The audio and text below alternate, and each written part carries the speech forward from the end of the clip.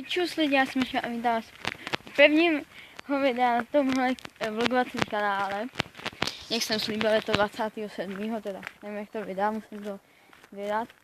Teď zrovna na natáčení budu točit na kamarádovém videu, budu tam mám počkat nějaký špinavý. Tam někdo jde.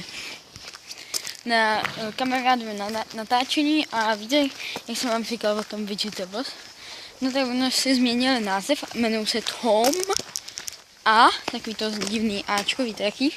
A Lucas. A teď budeme natáčet takový Minecraftový video, jakože Minecraft ve realitě. Počkat, tady někdo staví, tak zase s vám hlasím za chvilku. Tak jdu na to natáčení a takže si dejte jim odběr, možná dneska nebo zítra tam vyjde video. Myslím, že mi říkali, jak bude to video vypadat, takže myslím, že to bude fakt super, jako hodně libový. Dělají si sami masky a všechno a myslím, že by si zasloužili nějaký ten like. Koukejte tohle pejska. Ten je pěkný.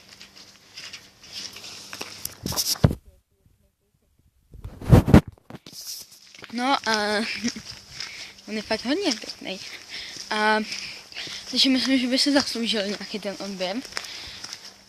Mě budou mít víc odběr než my, protože oni fakt, jako myslím, že ty videa budou mít hodně kvalitní.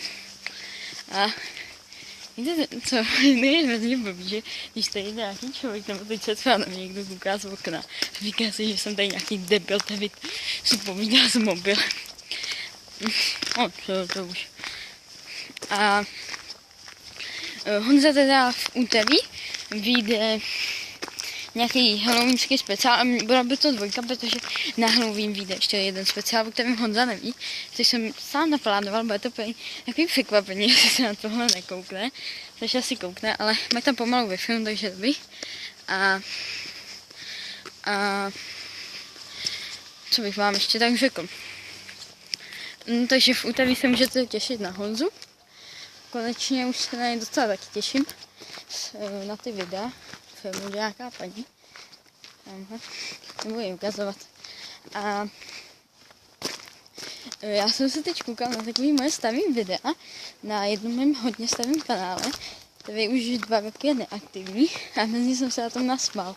To jsou tak trapný videa. Jenom tam má do věce nějak zlídnutí, to jsem udělal nějaký dokument o rybě. Je to hrozně blbost. No, to taky je hrozná blbost, ale v pohodě, mám 2 odběry. Jsou pán. Já už tam za chvilku budu.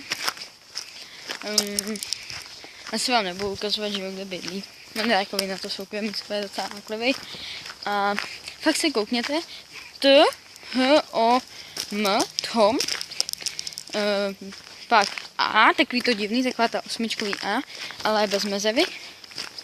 A Lukas. A oni jsou to bráchové. Oni jsou jako na to, že jsou bráchové, tak byste čekali, že prostě zbiju a takhle. Oni jsou fakt jako hodně takový přátelský. Oni jsou od sebe 3 roky.